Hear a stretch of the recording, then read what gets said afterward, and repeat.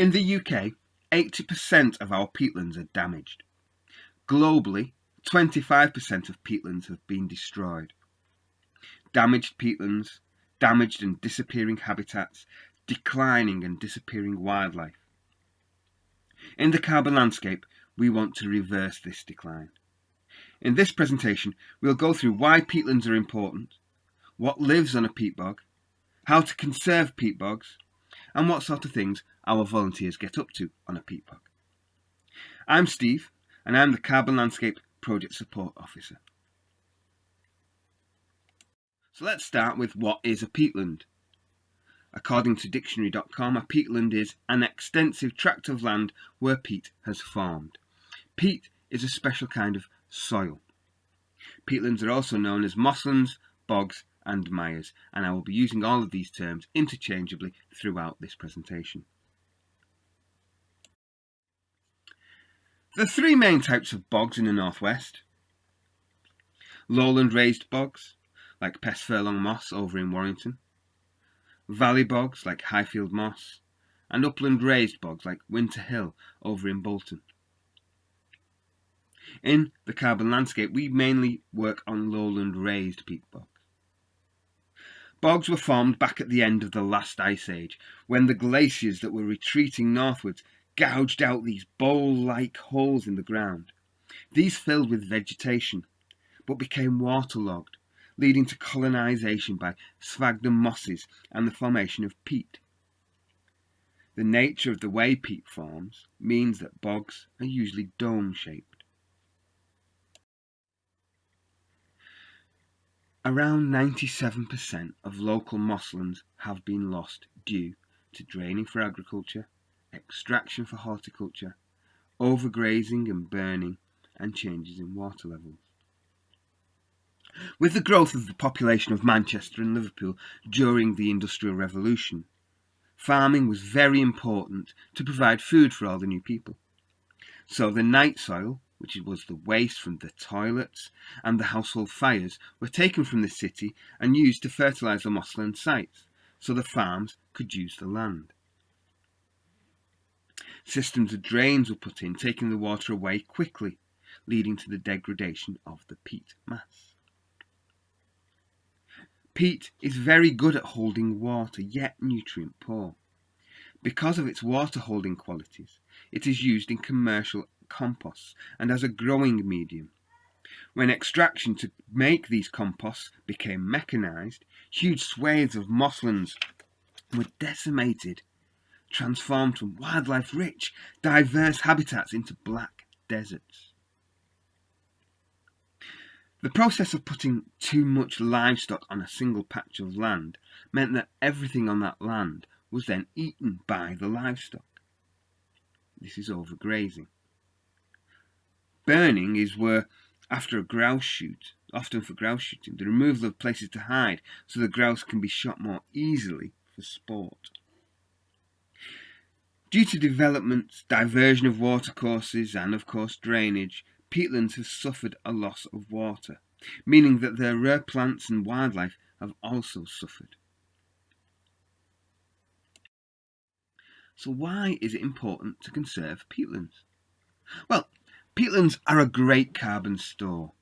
Sphagnum moss, one of the most important plants on a bog, grows new shoots from the top. The plant below it then dies, becoming peat. This means that, unlike trees or other plants, it doesn't release the carbon dioxide it has taken from the atmosphere and doesn't contribute to the greenhouse gases or global warming. Our peatlands have many plants and creatures especially adapted to live in this difficult environment, and so they don't live in many other habitats. Here we have a bog bush cricket. Peat bogs only really get their water from rainfall, but what they do get, they hold on to. A healthy bog will hold on to the water it receives, only allowing it to percolate slowly away. Peat and sphagnum are brilliant at holding water.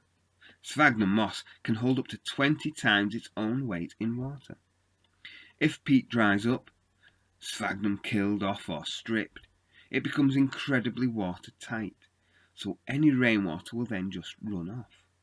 And all that water has to go somewhere, hopefully not through your kitchen. Peat bogs are amazing, beautiful, peaceful, wildlife rich, interesting and fun places to visit for us people too.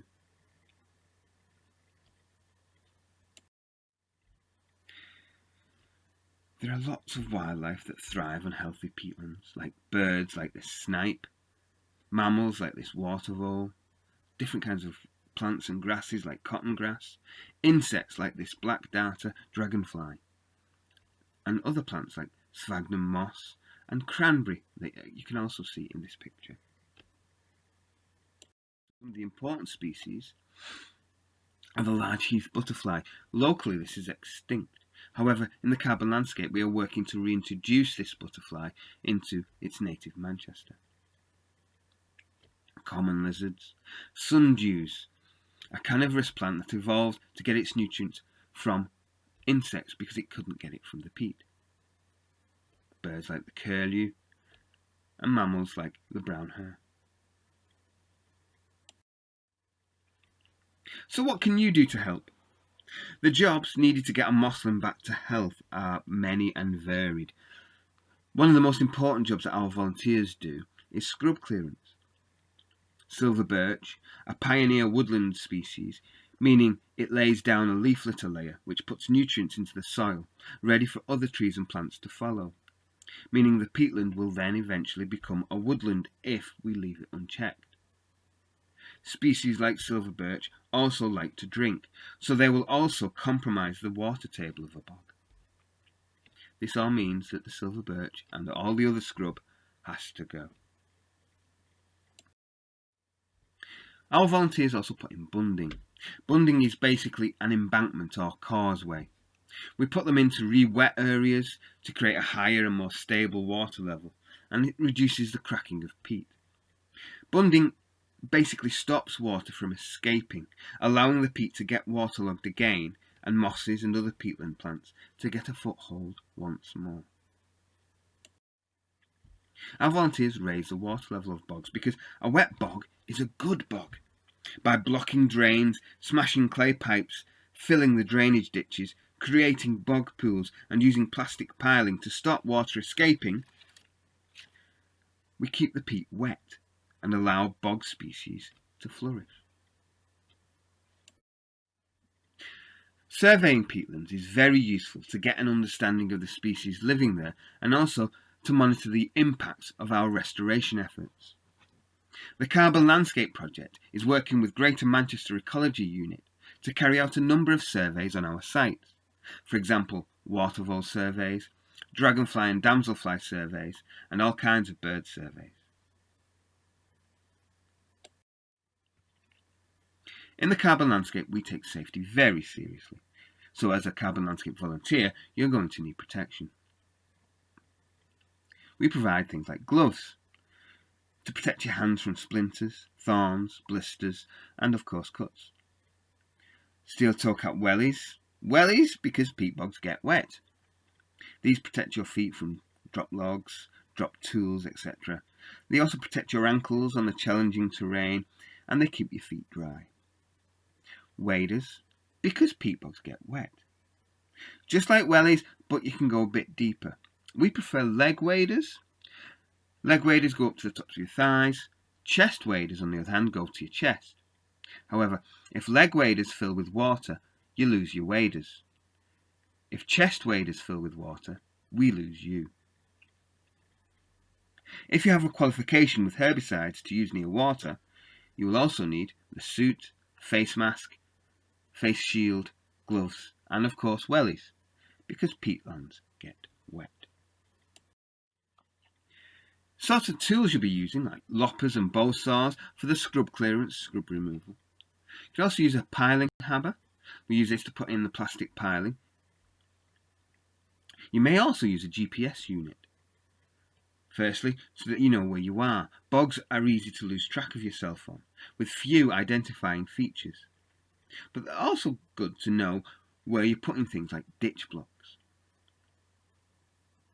They also help with wildlife surveying to create your transects. With glyphosate and a brush, we use this to treat stumps or invasive species, but you can only use these if you have the relevant qualification. As a carbon landscape volunteer, you are eligible for our rewards and recognition package. You can complete the Peatland Conservation AQA accreditation. Simply ask for one of these sheets from your group leader and volunteer. Each time you complete one of these outcomes, get your group leader to date it, complete 30 hours of volunteering on a peat bog, and we'll get you the accreditation. Any questions, contact us on our email on your screen in front of you. Also follow us on our social media and check out our website there at the top. Thank you.